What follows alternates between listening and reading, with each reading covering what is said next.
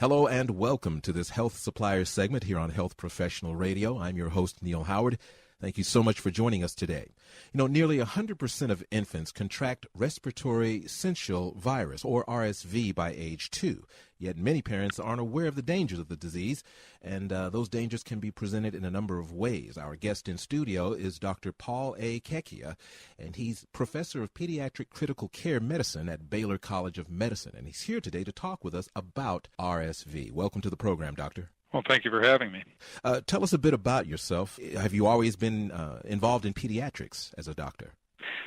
Yes, I have, and I gravitated towards the intensive care unit side of things because I'm definitely more of a short attention span, adrenaline junkie. So yes, always got to deal with kids because they're better than dealing with adults. Now, this virus, Respiratory Syncytial Virus, I've never heard of it myself. Most of our listeners are health professionals themselves, so maybe they're much more familiar. But school me on this virus.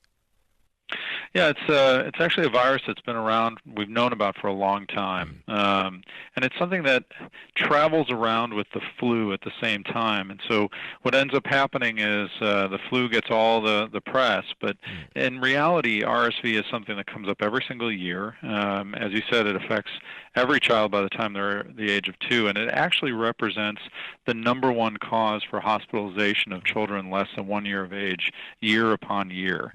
And so a bit of familiarity starts to breed complacency a little bit, and so people tend to almost forget about it. So it kind of gets subbed out of the knowledge side.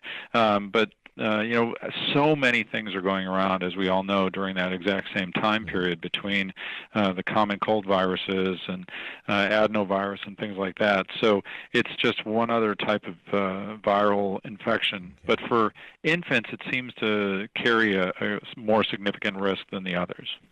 If it's not just a regular cold, what should we be looking for? Well, for young infants, it really goes after the lungs and attacks the lungs. For you and I, RSV would just be a really, really bad cold with a lot of congestion. But as we get younger and younger age groups, and specifically the infants who are less than just a few months old, they're the ones that have the greatest danger of it becoming a lower respiratory tract infection or a lung infection that'll really lead to those difficulty breathing that we worry about with infants, and inability to feed and inability to maintain enough oxygen in the bloodstream. So those are the infants that people need to be most aware of. You mentioned kids that are less than a few months old. So what about those that are born prematurely? Are they even at a greater risk than those that are born normally yet young?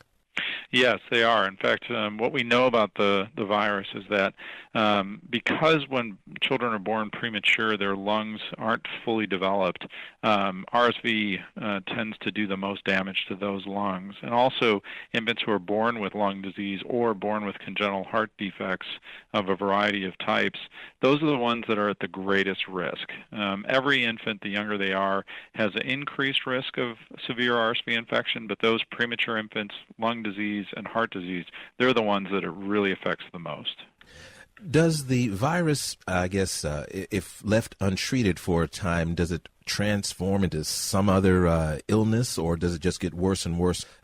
No, it gets worse and worse. It doesn't transform into anything, but the problem that we have is there's no medication to cure RSV. So if they do end up contracting it and they end up in my world in the intensive care unit, all we can really do is just support them through the 7 to 14 days when it's at its worst. So that's when they would end up on oxygen or a ventilator to carry them through.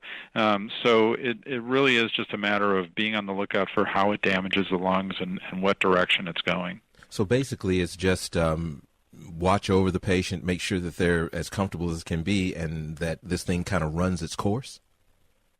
Yeah, and that's why, since it's all supportive care only, that's why prevention is such the key. And like I said, unfortunately, there's no vaccine to fight it.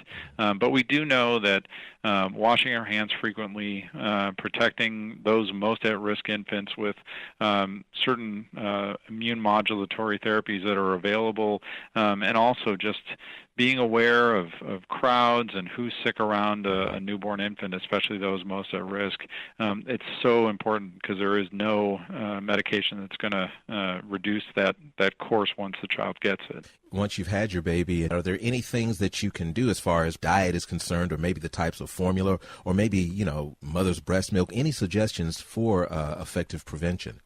So the number one prevention would be to wash our hands so that we don't spread from one to another. That's the number one. But also, it is interesting, there is a protection that seems to be afforded by breastfeeding, and it's also made worse if infants are in homes of smokers, so that's another good reason to stop smoking.